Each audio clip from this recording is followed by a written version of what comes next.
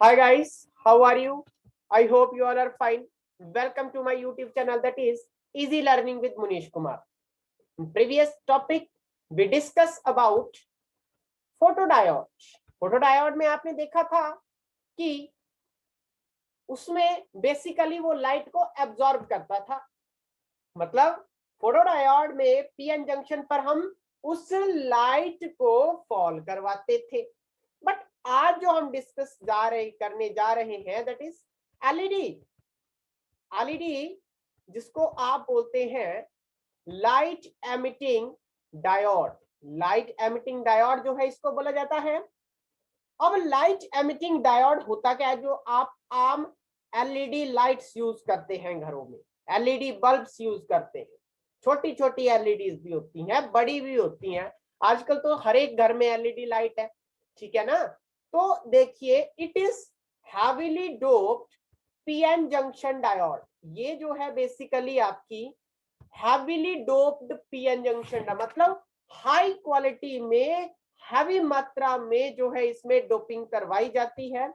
और देखो, आपने एक चीज देखी थी, जो फोटोडायोड होता था वो लाइट एनर्जी को इलेक्ट्रिकल एनर्जी में कन्वर्ट करता था। बट इसमें क्या होगा? अपोजिट हो जाएगा।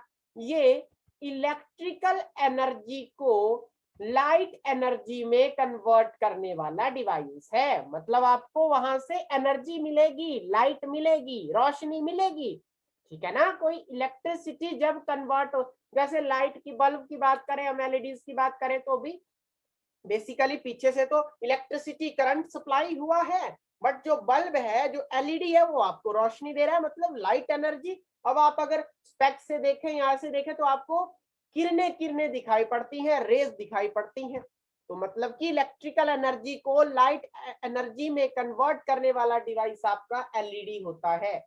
और इसमें हैवीली डोप आपका पीएन जंक्शन होता है। और ध्यान रहे, ये आपका डायोड आपका तभी लाइट एमिट करता है जब वो फॉरवर्ड बाइसिंग कंडीशन में हो, तो ये अप्लाई होती है।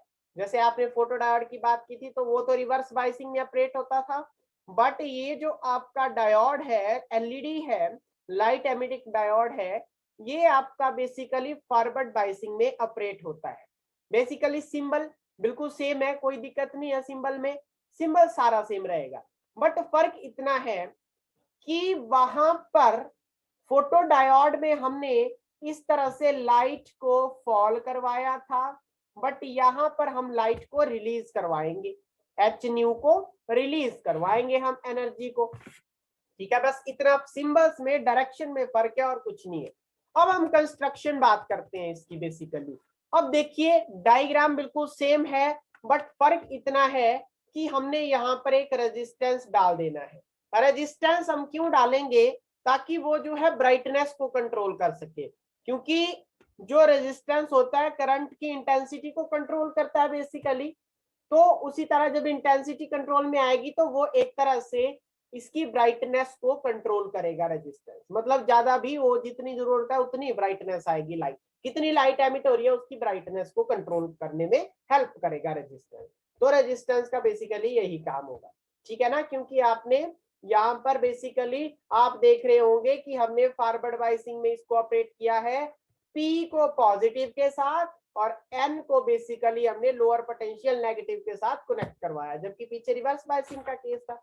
अब हम देखते हैं कि बेसिकली ये काम कैसे करेगा।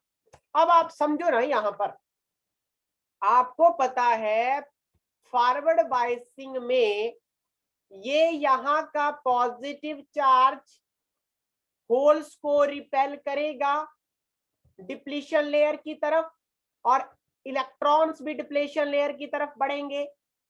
इस दौरान डिप्लीशन लेयर डिक्रीज हो जाती है फॉरवर्ड बाइसिंग के टाइम, ये भी आपको पता है नॉलेज।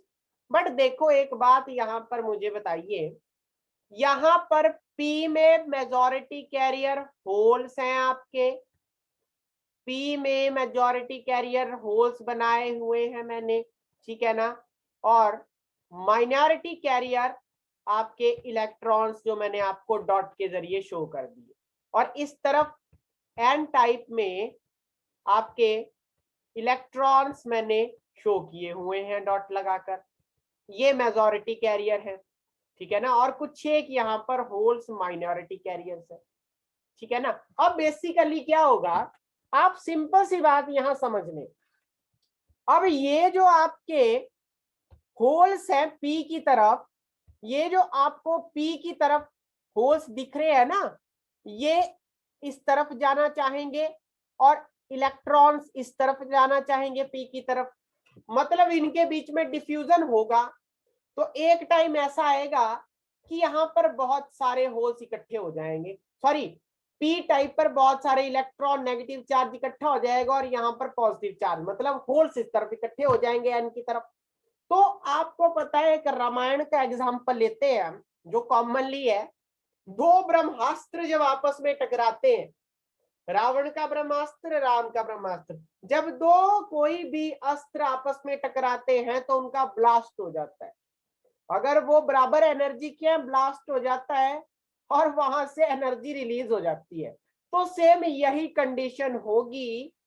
फिर इस बिंदु जैसे ये यहाँ पर इकट्ठे होंगे, इनका मोर डिफ्यूजन होगा, तो इस ज्यादा डिफ्यूजन की मतलब रिकम्बिनेशन हो जाएगी, यहाँ पर जंक्शन के पास रिकम्बिनेशन ज्यादा हो जाएगी, जिससे आपको लाइट एनर्जी मिल जाएगी।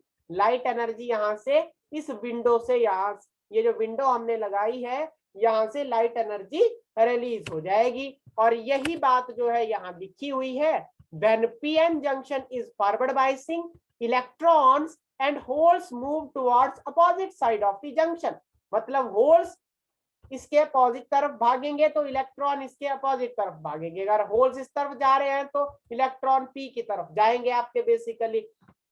तो therefore excess minority carrier on the either side, अब दोनों ही तरफ जब माइनॉरिटी कैरियर एक्सेस में हो जाएंगे, मतलब पी की तरफ इलेक्ट्रॉन ज्यादा हो गए, एन की तरफ आपके होल्स ज्यादा हो गए, तो बेसिकली क्या होगा, जब ये रिकम्बिनेशन होगी, जब रिकम्बिनेशन होगा तो बेसिकली इलेक्ट्रॉन्स होल्स का जब रिकम्बिनेशन होगा तो एनर्जी वहां से लाइट की फॉर्म में रिलीज हो जाएगी। और उस दौरान जो रिलीज एनर्जी होगी, ठीक है ना, जो मतलब उनका एनर्जी गैप होगा वो रिलीज एनर्जी के इक्वल होगा।